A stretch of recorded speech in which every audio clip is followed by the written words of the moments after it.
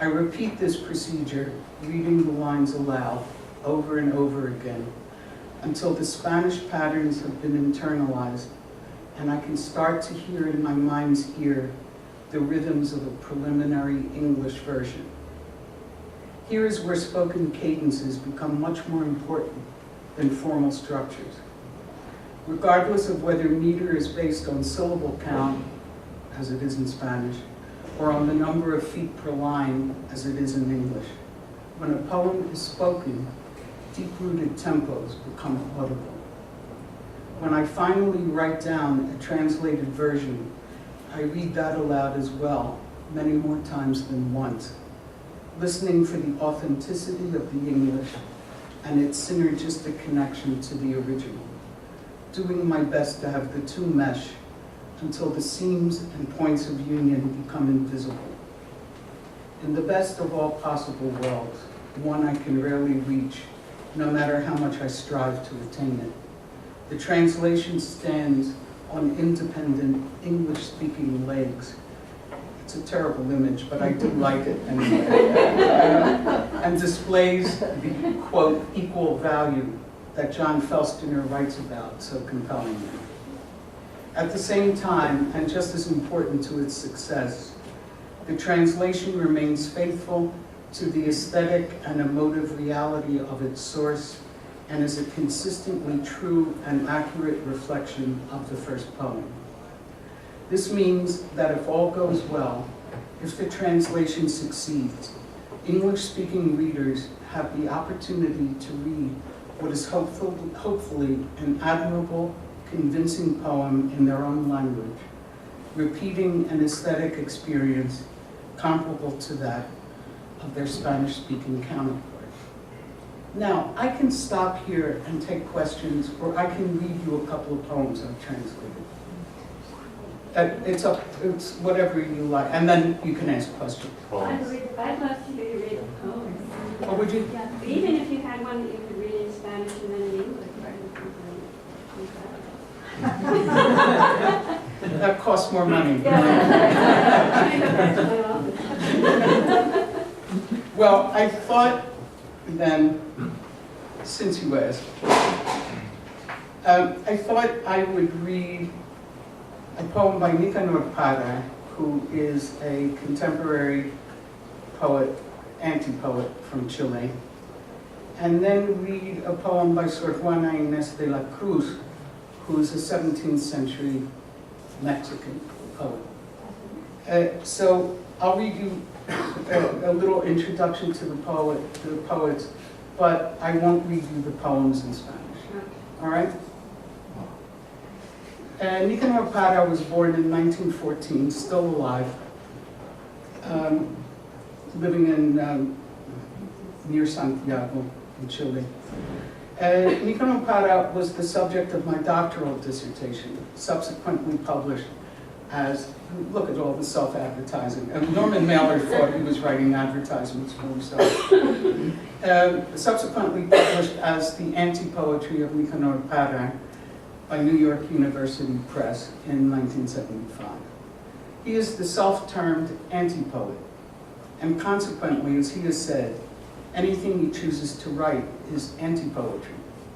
As one would expect, given the implications of a rather loosely defined anti-poetic and intentionally provocative aesthetic, he regularly eschews, how do you say that word?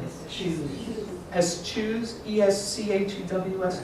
All right, I'm going to use another word. It looks good in print, but I can't say it. He regularly forgoes, how's that? He regularly forgoes traditional poetic forms. A major literary figure in his native Chile and throughout Latin America and the rest of the Spanish-speaking world, he has been prominent since the late 1930s, when his first volumes of poetry were published. Employing references to the most mundane objects, burlesque renderings of quotidian experience, and the kind of biting, sardonic wit that sometimes verges on the surreal, Parra, who is fluent in English and has spent significant periods of time in the United States and Great Britain, was heavily influenced by the beat poet, and in turn influenced them. City Lights published English translations of Parra's work as early as 1960, and William Carlos Williams, a kind of tutelary godfather to the Beats, translated poetry by Parra in the 1950s. Especially in the vindication or re-vindication of colloquial ordinary language as a vehicle for poetic intensity, Parra and poets like Lawrence Ferlinghetti and Allen Ginsberg had a good deal in common. This shared aesthetic found particular expression in their anti-academic stance, which had an almost irresistible resonance in the 1950s and 1960s, at least in the United States.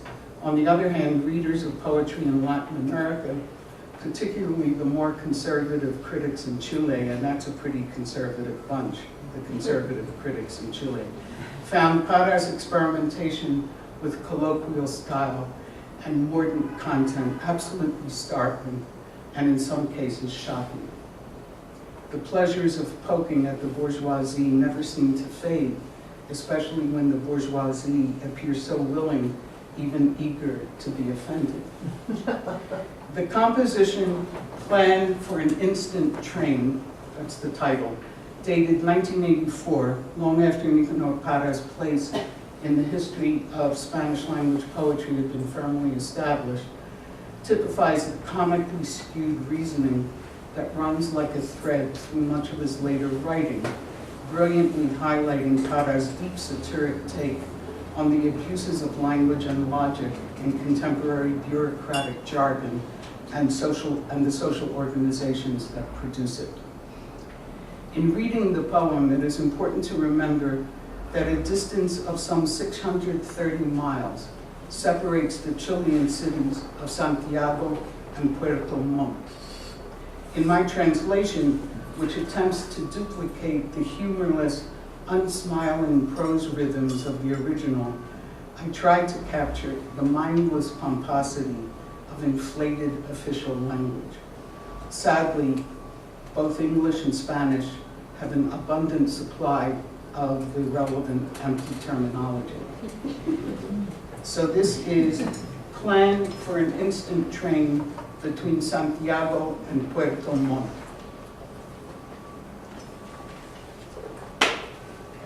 The locomotive of the instant train stands at the destination, Puerto Montt, while the last car remains at the point of departure, Santiago. The advantage of this new train is that the traveler reaches Puerto Montt just as he boards the last car in Santiago. All he has to do is simply walk with his luggage through the train until he reaches the first car. Once this has been completed, the passenger can proceed to disembark from the train, which has not moved at all during the entire operation. Note, the instant train can only be used one way. For return trips, a reverse train is required. Well, I'm glad you're laughing. I find that an insanely funny poem. Okay.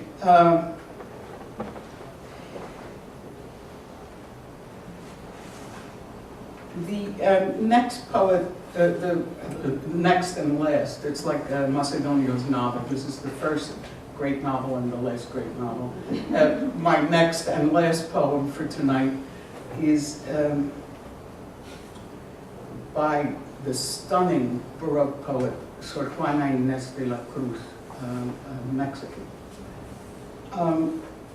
So I'll read you a little background to that, a little more self-advertising, you'll forgive me. In 2006, W.W. Norton published The Golden Age, Poems of the Spanish Renaissance.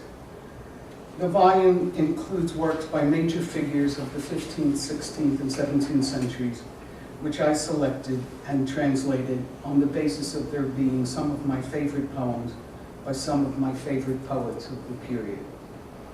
And I had a introduction in which I said the following.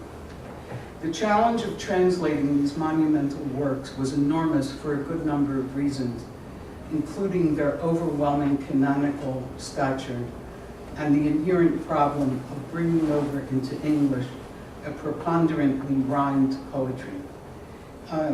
For those of you who don't know, when you say 5 words in Spanish and even Italian, and you've come across a rhyme. Rhymes are much more difficult to find in English. And so I cannot translate rhymed poetry into rhymed English poetry unless it's comic, because the rhyming ends up sounding like a Hallmark card. And if it's a comic poem, then that sing-song quality is okay, but if it's a serious poem, then that's the last sound that you want to have in those lines. I had to ponder very carefully the question of how I defined the essence of a poem, how I thought I ought to translate that essence, and how I would fulfill the translator's dual obligation to the original work and to the text in translation. I finally concluded that although separating rhyme from rhythm might well be barbarous, since rhyme is an intrinsic part of a poem's rhythmic structure, my English versions would be best served if I focused on recreating meter. And that is what I did to the best of my ability, concentrating almost exclusively, at least in the early drafts, on the effort at duplication in English of the line lengths of the poems in Spanish. In other words, 11-syllable lines in Spanish remained endecasyllabic in the translation, and the same was true for the other meters, which in this volume were preponderantly, I love these words, heptasyllabic and octosyllabic, that is to say 7- and 8-syllable lines. The endecasyllables were the least problematic for me to translate in terms of straightforward meter, since the iambic pentameter of English poetry of the Renaissance is, if not a fraternal twin, then at least a first cousin to the Petrarchan 11-syllable line that had such an overwhelming impact on Spanish poetry in the 16th and 17th centuries. Iambic pentameter dominates Elizabethan poetry and poetic drama, and innumerable compositions since then. Anyone who reads poetry in English has already begun to internalize, almost unconsciously, the rhythm of that meter, which measures the cadence and pulse of the sonnet, as well as a good number of other poetic forms that flourished under the influence of Renaissance Italian verse. The transposition of 11-syllable lines into iambic pentameter was a relatively painless process. I found the translation of the shorter verses, the lines with 5, 7, or 8 syllables, much more problematic. I am not as aware of these meters in English as I am of the more familiar iambic pentameter.